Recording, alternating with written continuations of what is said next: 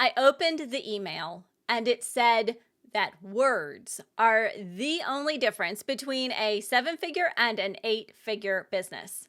And my immediate reaction was, nope. But in reality, words impact our business greatly, from social media to email language, website to course content, sales pages to webinar slides. Words are critical when we want to sell digital courses without spending thousands of dollars on paid ads. Words will still matter, even if we want to spend thousands of dollars on paid ads, because words impact everything that we do. So is that the only thing that is different between a 7 and an 8-figure business? Not necessarily. Still, it is an incredibly important piece that we have to master. We have to master it regardless of the income level that we're at. It is for more than just the 6, 7, and 8-figure business owners. It matters even before turning a profit.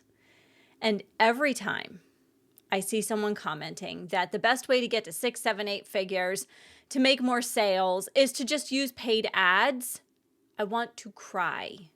It doesn't feel ethical because ads shouldn't be your first line of defense when selling a digital course. Ads are a great tool for amplifying what you have already created that is working. It is a great tool for gaining more visibility with words that are already working. But the truth is, like I said, this stuff, these paid ads, only work if the words are right. The words have to be clear, they have to be concise, they have to be compelling. In other words, the words should already create a magnetic effect for our courses before ever heading to paid advertising, even if we're just working with a small audience to start with. But how do we get those words working? That's the question, right?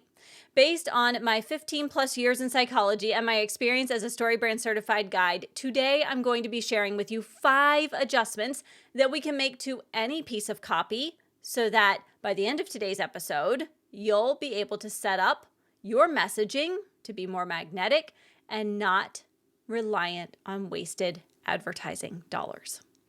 Now, the third adjustment that we talk about today is going to feel a little strange to implement, so I'm going to share my favorite way to implement that third adjustment to take away any potential embarrassment that can happen. Anyone can add a digital course to their business. So what sets the 6-figure course creators apart? You're about to find out. Welcome to the Digital Course Creator Podcast with Dr. Moira, a longtime entrepreneur now using her PhD in psychology to help you go from sticky notes to sales worth celebrating. As digital course creators, we are always thinking not just about our course and the content inside, but how to get the content seen and seen as a vital part of our potential student's life. They have to know that it is critical that they get involved with our course, that they take our course, that they implement what we're teaching them. The problem is that we often overcomplicate things. I don't know about you, but I do that all the time. We want our messaging to be clever. We want it to be witty. We want it to be ingenious, right? We want it to stand out because it's just different from everyone else's. Today is all about creating a very simple message by making 5 adjustments to what you've already created. And then these same adjustments can be applied as you create new content as well. So we're not throwing anything out today. We're just going to learn how to make 5 different adjustments to make your messaging more magnetic. Let's jump in with that first adjustment. When looking at our messaging or our course content, the words inside our course, anything that we're kind of writing or putting out there that has words as part of it, we want to keep that as short as possible and still be meaningful so that we get the critical information across to the reader or the listener. If a video can be accomplished in 5 minutes, do it in 5, not in 10. If an email can get the point across in 3 sentences, send a 3-sentence email. Why do we do this? Why do we keep it short? Because humans make snap decisions as to whether or not they'd like to keep going or move on. We need to get to the point very quickly with our messaging. For emails, there's even some research that shows we have less than 12 seconds to grab attention and get our point across. That's not much. We are typically used to epically long emails, really long sales pages. I mean, I look at sales pages that have 15 and 25 parts to them. And in each part, they sometimes are several paragraphs of content. Imagine that. A sales page that has 15 to 20 pieces, then several paragraphs for every piece. It gets really lengthy really quickly. The same can be true of website homepages. Just because something's longer doesn't make it better. We want to use exactly as much space, exactly as many words, exactly as much time as is needed to be persuasive, to be clear, to get that point across, and to help our listener or reader understand the key points. When we stick to something that's really as brief as possible, we get to show our reader or our listener that we value their time and attention. We know that they're trusting us with that time and attention, right? And we can then honor that trust by keeping the content brief. Keep it short. One of the favorite pieces of advice that I've ever gotten about this is it should be as long as it needs to be. So I know this happened a lot in college. I don't know about you, but when I was taking a class, we would ask, well, how many pages does it need to be?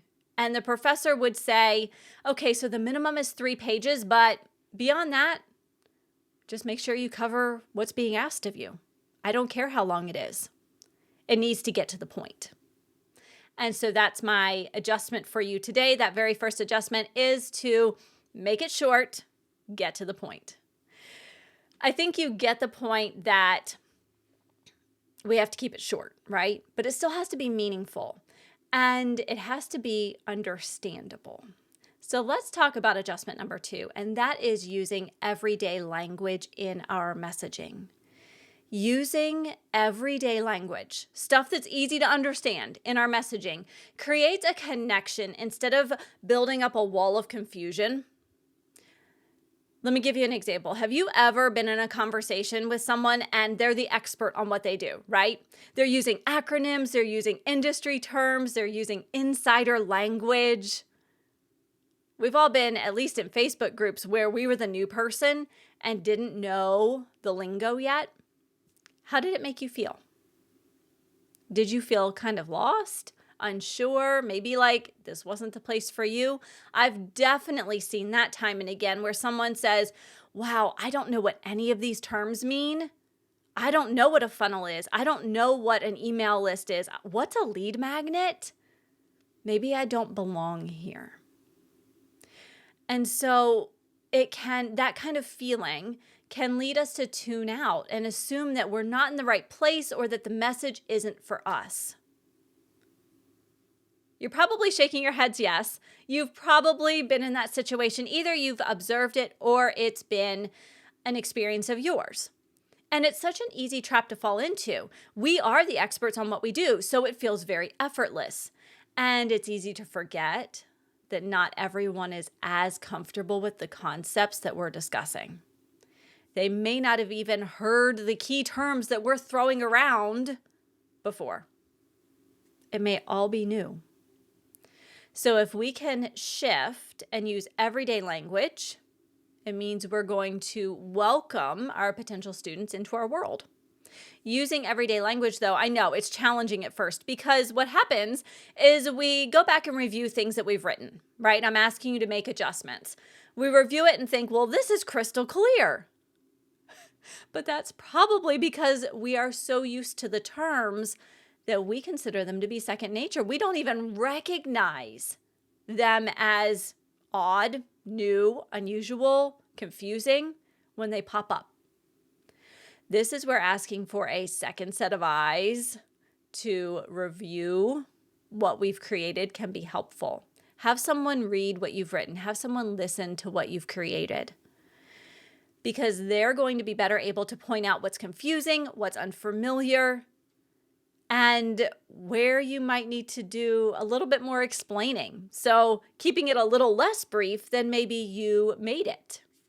Just be sure if you do this, make sure that you choose someone who is or is very similar to your ideal client, because we want to use the everyday language that's going to mirror what our ideal client is familiar with.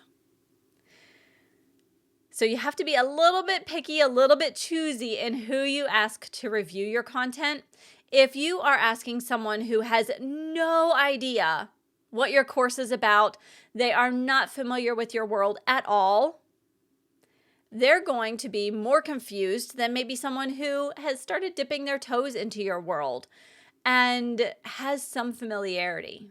So we just want to be a little bit careful about who we ask to get feedback from.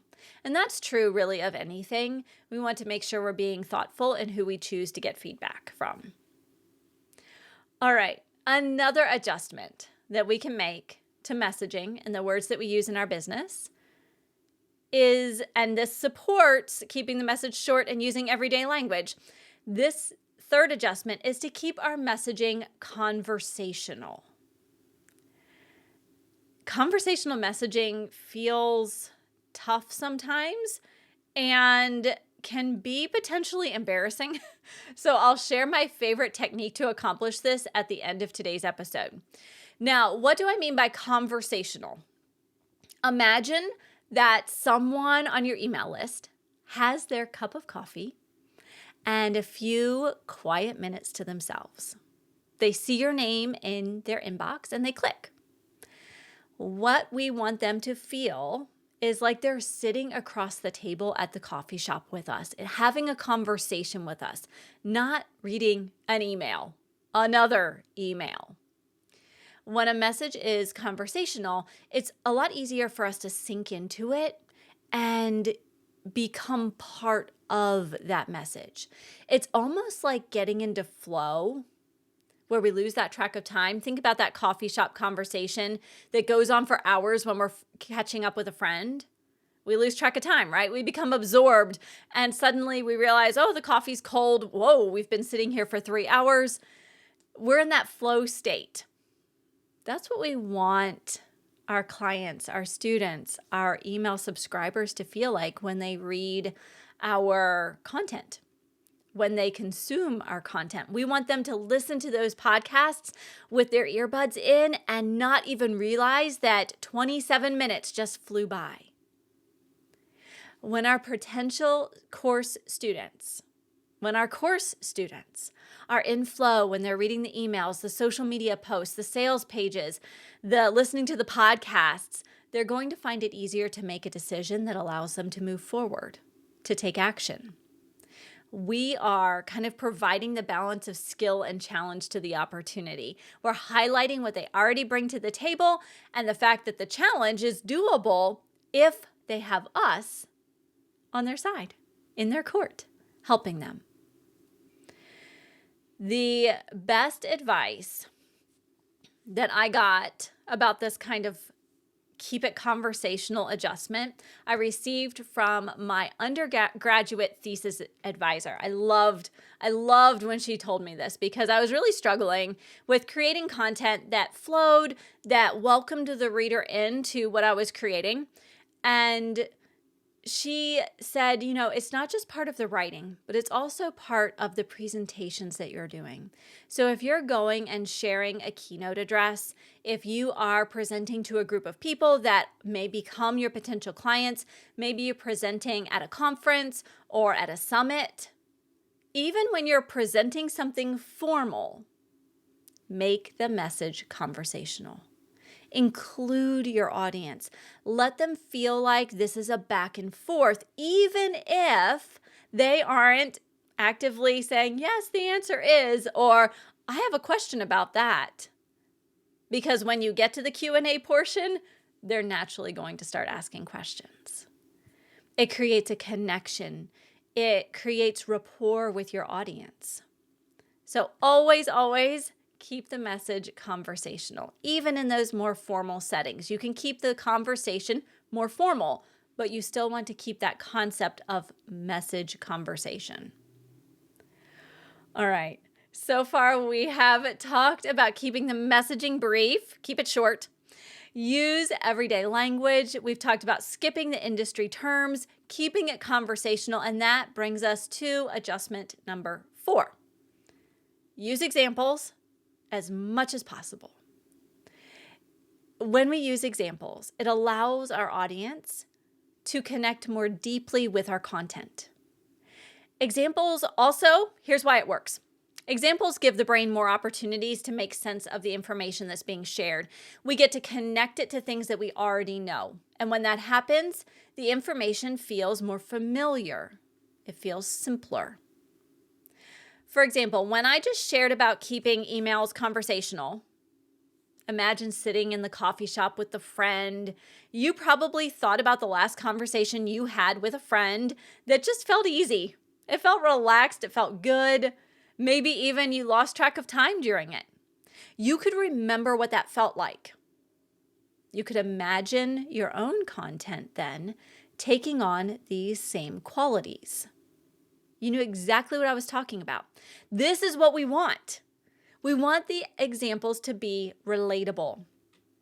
I bet if you think back to some of your favorite sales pages that you've landed on, whether you've bought or not, the websites, the social media accounts, it's because there were story elements present. Those stories come from examples. Those stories are examples. It's how we share our examples is through story.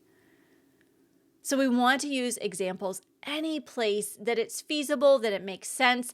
Now, if you are explaining something really, really technical, an example might not be the best thing, but a story example might not be the best thing, but you can still provide examples of how that technical thing gets applied, why it's important, and how it works. So you just have to be a little bit more creative. Time and again, my digital course students ask for examples. They love it. And here's why. When they have more examples to base their studying on, or to base their understanding and implementation of the content on, they get to remember those tricky concepts easier. They start to make connections sooner and start to apply things faster. Isn't that what we want? We want our students to be able to implement what they're learning with greater ease and with greater frequency. That doesn't mean that we can provide any kind of example that we want, though. Adjustment 5 is to keep the content that we share focused.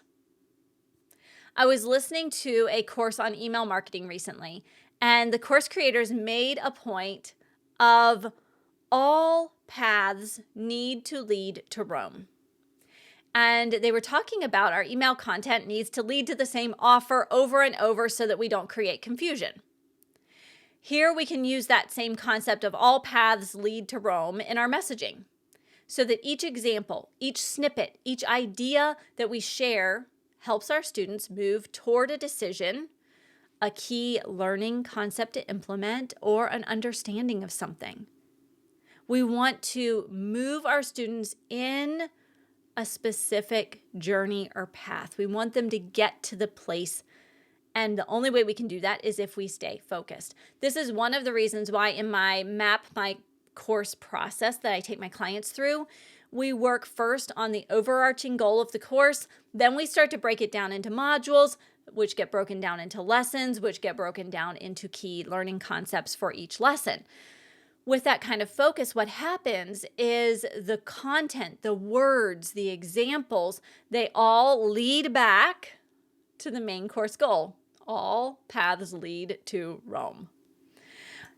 Everything stays super focused, and that simplifies life for our listeners, our readers, our potential students, and our students who have already said yes to our course. So each time that we consider what to say, keep in mind that it needs to stay focused, right? Because that's going to create a more robust, less confusing, and more compelling or magnetic message for our audience. With these 5 adjustments, keep it short, use everyday language, keep it conversational, use examples, and keep it focused, our messaging becomes so much more straightforward. But the only way for our words to become magnetic and for this to really work is for us to work on our words. This is not the most glamorous part of being a digital course creator, I'll be honest. But it is one of the most impactful things that we can do. So this week, break out the thesaurus, open up wordhippo.com, start revising. Look for the words that are normal to you, but someone else might have to stop and think. Find an alternative for those words. Look for places that you can use an example that makes the concept easier for people to understand what you're sharing or makes it more compelling. Look for places that could use fewer details, fewer wandering paths, and fewer words. Not only does it make it faster for someone to get to the point, they get to stay focused on what you want them to hear. There's not as much noise. There's not as much chaos. And gosh, in our world today, we have so much noise and chaos. We don't want to add to it as digital course creators. We want to create focus. Now, you do not have to do all of this in 1 week. You probably have a lot of resources out there. Just choose one adjustment to start working on. Choose one resource to apply it to. And then over time, you can start applying all of these adjustments to the things you already have created and also to the things that you are going to create. The key is to take action this week. Today, we've been talking about the importance of spending time on our words. The words we use in our business is one of the most critical factors that determines the success of our digital courses and our business. As a StoryBrand Certified guide committed to helping course creators build a successful business, today I shared my top 5 messaging adjustments that will help create magnetic messaging. Here on the Digital Course Creator Podcast, I hope you've seen that I'm openly sharing the lessons that I've learned, the tools, the tactics that I've used so that you can become a 6-figure digital course creator. But here's what I've realized. All too often, the solutions that are designed to help you get to 6 figures focus solely on marketing. And although marketing is certainly a piece of success, success in business and honestly in any area of life requires strategy in a number of different categories. And you can get that from a lot of different resources out there. We've got books, we have podcasts, we have webinars, we have courses, we have all kinds of resources these days. So why do we still consistently struggle to reach our enrollment and our financial goals in our businesses? That's because whatever change we want in our lives is going to be 10% what we learn, read, or study, and 90% or more mindset. As a psychology professor and coach, I share as much as I can about mindset here on the show. But to truly thrive, we all need individualized attention, accountability, and support. So if you are ready to say yes to a thriving, financially solid business, I'd love to have a conversation with you. I have at least 2 slots open on my calendar each week to help course creators take action, to dig into their purpose, and to create a strategic plan for growth so that they can get unstuck. These are free, no obligation calls. If you are ready to make the next 12 months the year that you go from being uncertain about your course creation business to a 6-figure course creator, grab a strategy call slot at coursecalls.com. You can also find the link in the show notes, but again, it's coursecalls.com. All right, as promised, here's how to make those messages more conversational. Have you ever tried to figure out how to make your writing more conversational? Honestly, it's one of the best adjustments for messaging that you can make, but it feels really weird because the easiest way to make this adjustment is to talk out loud to yourself, and someone is going to catch you doing it. As entrepreneurs, remember that the purpose of entrepreneurship is to help others. And if talking out loud makes that a reality, isn't it worth the looks that you get? Someone truly will catch you at some point. Just smile. And of course, you can try your best to do this work in a quiet place with a door. The key to conversational messaging is to be sure that you can quickly speak it out loud without stumbling or changing what's written on the fly to try and make it more natural. The key is to be able to say it easily. If you'd like more quick solutions for building a successful digital course and creating messaging that is magnetic, make sure to hit follow now.